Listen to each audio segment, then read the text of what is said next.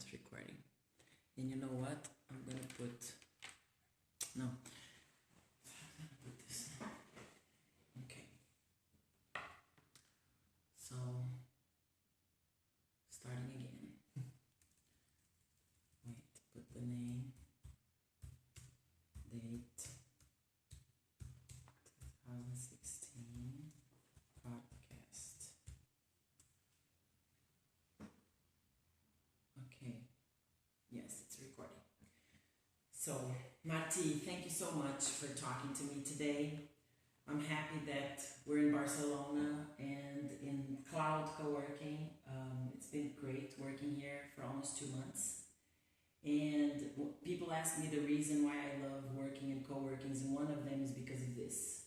Being able to meet people like you who have totally different ideas for their career.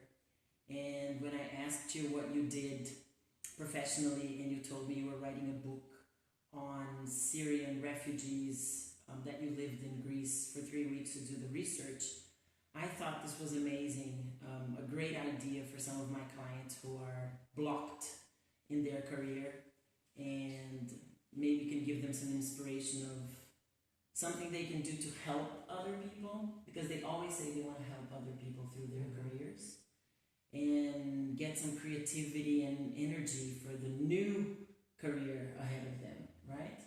So I want you to tell us a little bit about your story, like who are you to start? So first, hello, and thank you for inviting me. My name is Marti Rubio. I'm 26 years old, and I'm a journalist, or at least I have the career as journalist.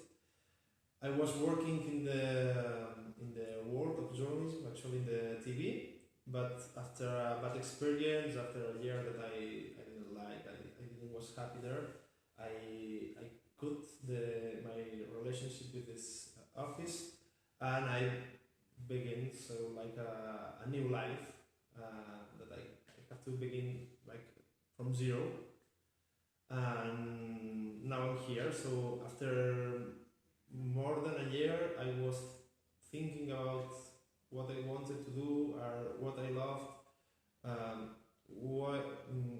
in what I want to spend my life, and now I don't know if I'm in the correct place, but now I'm actually happy.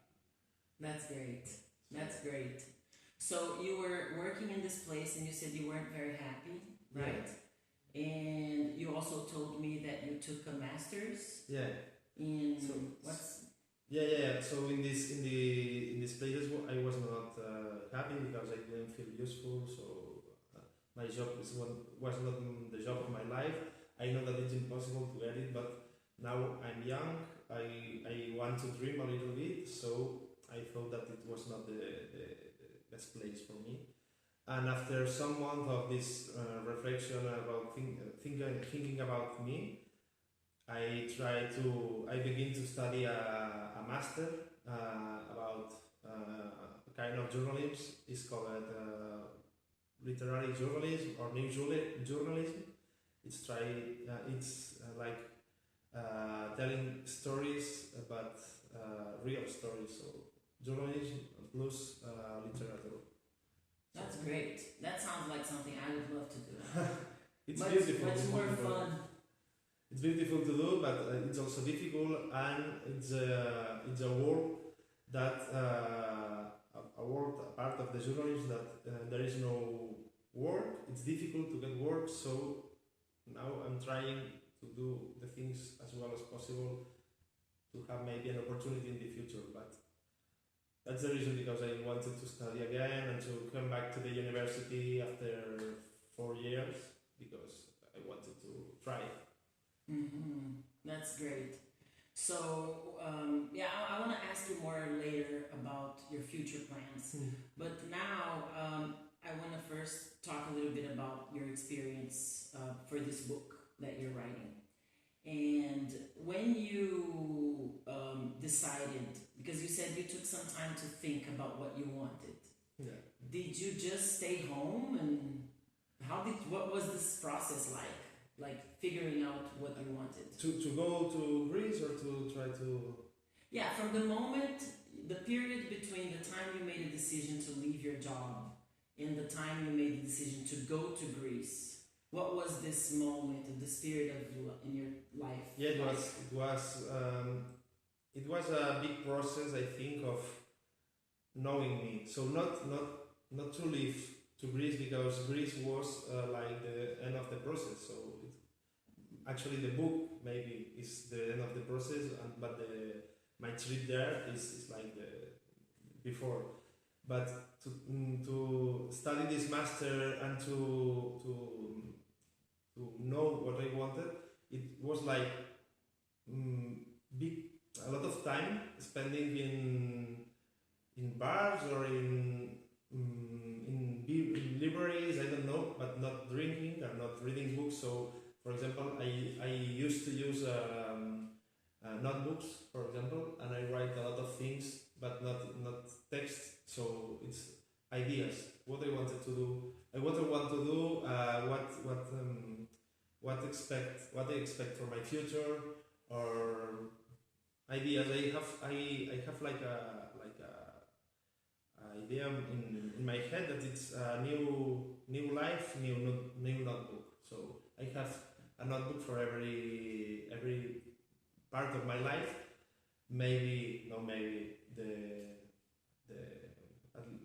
the most of them are not finished, but are not finished. No, because I begin another part of my life, or because I don't know, but. And then you buy a new notebook. Yeah. That's so interesting. I have like 15 notebooks now in my room. Oh, so you have like 15 life cycles. Yeah, but it's beautiful to have these notebooks, and you in a few years or now, I look back in this. I have projects right there. So like 3 years ago, I wanted to do a project, a journalist project with friends. So the idea is to write it in a notebook. What kind of project? It was like an online magazine, but it doesn't work at least because. And then until this project or this idea that created this new notebook is finished, you don't start another notebook. No. Or do you have like 3 or 4 different notebooks? No, because there is maybe I begin. So for example. Last summer, so 2015, I was working in another book project with a friend.